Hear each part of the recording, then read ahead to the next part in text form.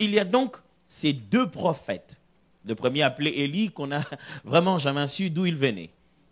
Tout ce qu'on sait de lui, on l'appelait Élie le Tishbite. Cet homme a fait des choses incroyables. Allez, cet homme avait Dieu. Non, il était exceptionnel. Des fois, il ne disait même pas l'Éternel a dit, il disait sinon à ma parole. Et ça se faisait comme ça. Et il a arrêté 3 ans et demi. La pluie ne tombait plus. Allez, si vous avez déjà été en Israël, vous verrez qu'ils ont besoin de la pluie. Et qu'à leur dire pendant 3 ans et demi, il n'y en aura pas, ça c'est vraiment les punir, quoi. Et il a dit, sinon à ma parole. Même ceux qu'on a envoyé le chercher, le trouver. Abdias le rencontre, il dit, mais écoute, il dit, mais va dire à Akab qu'on va se rencontrer demain. Il dit, non, je ne vais pas partir après toi, je te connais, quand je pars là, tu disparais. Il avait même la réputation de disparaître. Il était très fort.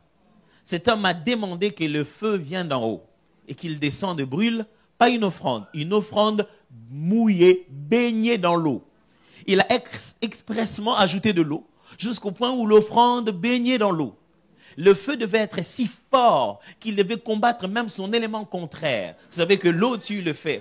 Mais le feu a consommé l'eau et consommé l'offrande, séché l'offrande et brûlé l'offrande. Juste pour leur montrer que ce n'est pas juste du feu. C'est un Dieu qui se manifeste en feu.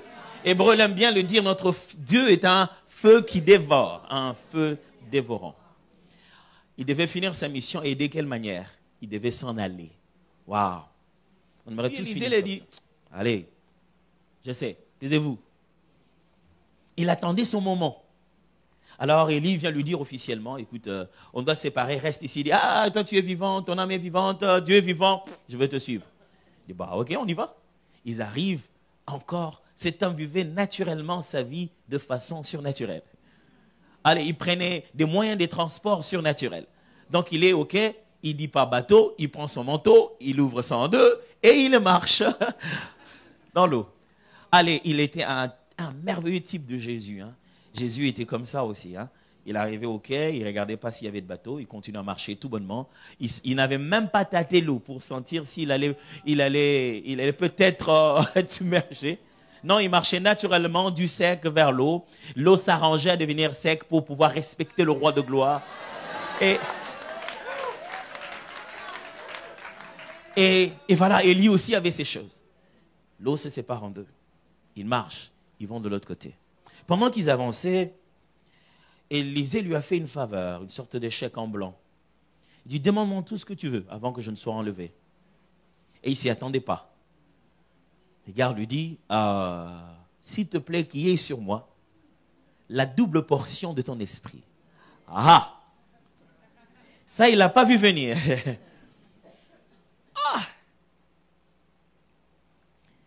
La double portion. Il lui dit, tu sais, là, tu me demandes une chose difficile.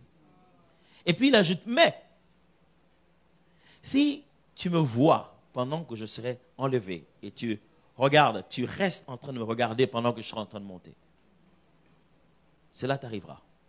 La première des choses que j'aimerais nous dire aussi ce matin, c'est que ce n'est pas parce qu'une chose est difficile qu'elle est impossible. Ok, faisons la différence. Difficile n'est pas impossible. Et quand je vous demande ce matin, quand je vous exhorte ce matin à demander à Dieu une chose difficile, sachez que le mot difficile est dans notre langage à nous, non pas celui de Dieu. La chose peut vous sembler difficile, mais ce matin, je voudrais défier votre foi à vous tourner vers Dieu malgré la difficulté de votre chose et à croire à la prière. Je peux demander à Dieu une chose qui me semble à moi difficile. Ce matin, sortez la liste de vos difficultés. Il y a un Dieu qui résout les problèmes difficiles. C'est difficile, mais ce n'est pas impossible. Même Élie l'a reconnu, il a dit, tiens, c'est difficile ça. Mais, vous savez, une chose difficile, c'est seulement une chose conditionnelle. Ok, on y arrive. Elle est difficile simplement parce que très peu de gens sont capables de remplir la condition pour l'avoir. Il lui a pas dit, ça t'arrivera pas. Il a dit, je sais comment ça va t'arriver.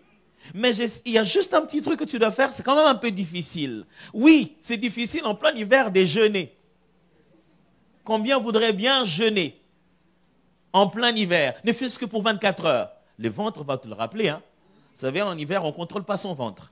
Il fait des gargouillements avec des voisins. Vous êtes là, vous entendez le ventre le faire. Tu te dis, mais qu'est-ce qu'il y a? Toi-même, tu n'as pas faim, mais ton ventre te dit, ici, on a besoin de quelques ravitaillements. C'est difficile de jeûner en plein hiver. C'est difficile de passer toute une nuit sans dormir pendant que le lendemain, on a boulot. On doit aller travailler. Rien que pour prier. C'est difficile. Il y a des choses que vous n'obtiendrez jamais dans la vie avec les prières. Seigneur, je te loue, je te glorifie, je t'adore. Je vais dormir, protège-moi, souviens-toi au nom de Jésus. Amen. Vous ne l'aurez jamais avec ce genre de prières-là. Jamais. Ah oui, jamais.